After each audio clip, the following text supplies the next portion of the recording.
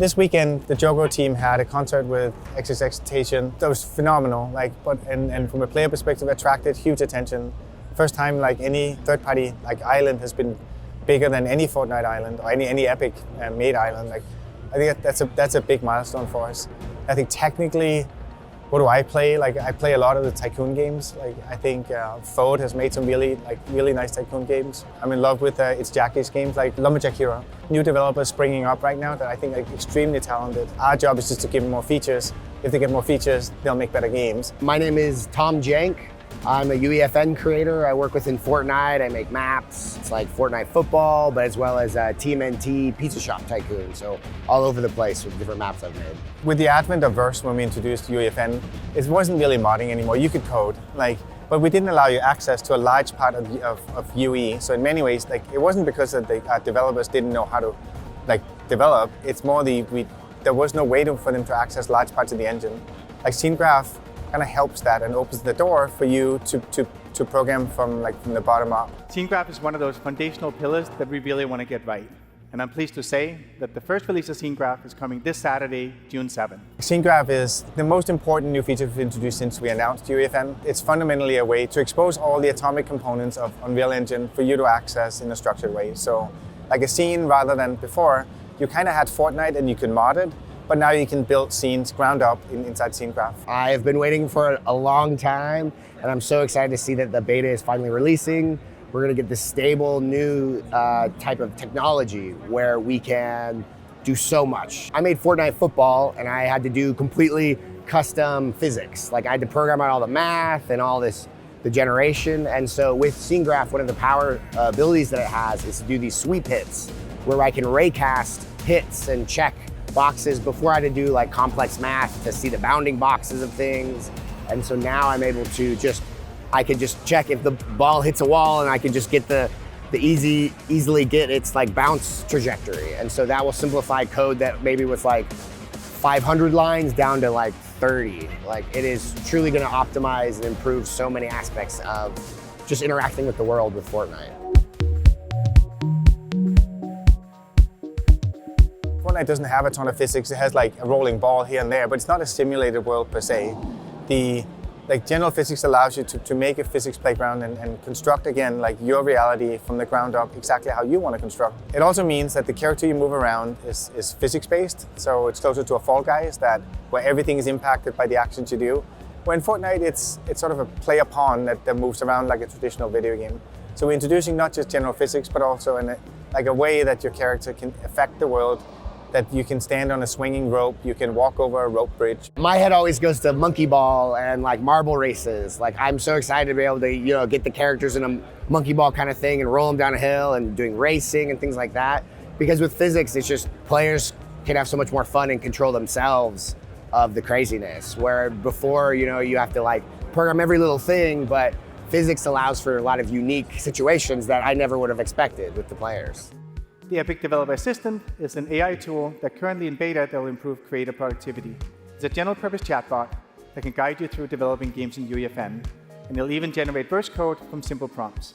So the assistant is not just generating verse code, it's also showing you the approach to how to do that. So if you say, let's take a physics puzzler, I want to make a physics puzzler and I want to play as the ball, how would I do that, right? It's meant to be the thing that helps you break down the problem. And once you have it, it's going, no, I need the verse code for a controllable physics ball and to help you with problems like that. And the strength of it is that it has all our current documentation, it has all our current verse code that it can train on, and we license verse codes from creators that are particularly interesting to sort of be part of it. And it updates automatically. I think one of the things I'm psyched about, the example we showed on stage, because we haven't published Scene Graph yet, didn't use Scene Graph. But then the minute Scene Graph is out, if you ask the same question and say, I want it done in Scene Graph, it'll reproduce that same code again, but this time with Scene Graph. It's in beta for a reason that the chances are half of what I just said is not possible yet. It's as much as ambition as it is reality. What we did on stage was 100% real though. That prompt is real, the code that came out is real. I was as excited as Heather when it compiled. And that's it. Now our team can continue to iterate and refine our game. I always have mixed feelings when it comes to AI and code generation. I'm curious to see how well it can be used by a beginner, I myself, I am very self-taught, and I think also the path to learning programming, it's important to learn that problem solving. And so I really hope that people use this tool as more of a support rather than this is the only way I code, because the core stuff, the foundation, really will set you up for future of like problem solving and things. Storytelling is at the center of everything we do at Disney, and we believe there are incredible storytellers outside our own walls. That's why I'm excited to announce today that we will be bringing Star Wars to UEFN. We've worked with Disney and Lucas for a long time. So I would say a lot of the mechanics that we rely on come from what's developed for us, with us in Battle Royale, obviously. That said, we're not ready to talk about like what's coming next. But to your point, is Star Wars good at a shooter game? Sure. But is it good at a million genres? It's a rich story universe. There's a ton of farming on Tatooine. Like, I think there's nothing but possibilities for new genres. And we aim to, like, when we release Star Wars at some point, like it'll be with that in mind. That it's not just to satisfy like what you've already seen in Battle Royale. It's very much a focus on enabling like a full range storytelling in Star Wars. We think that's what the IP is really fantastic at.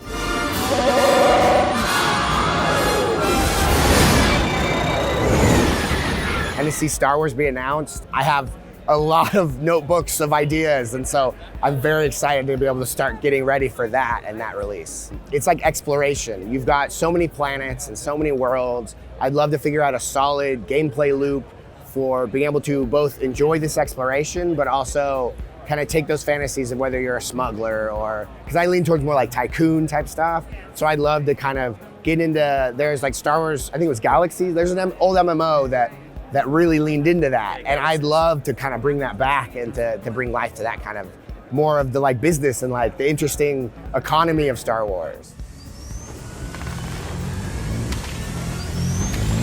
I think that range that we showed on screen between Walking Dead and Lego TMNT, Squid Game and Star Wars and Avatar: The Last Airbender, that is an unbelievable range of IP, like in my opinion. Like I'm not tooting my own horn here, but like it gets me excited to see those IPs together. We're very excited that these IPs are trusting us to get it to creators and get it to players subsequently.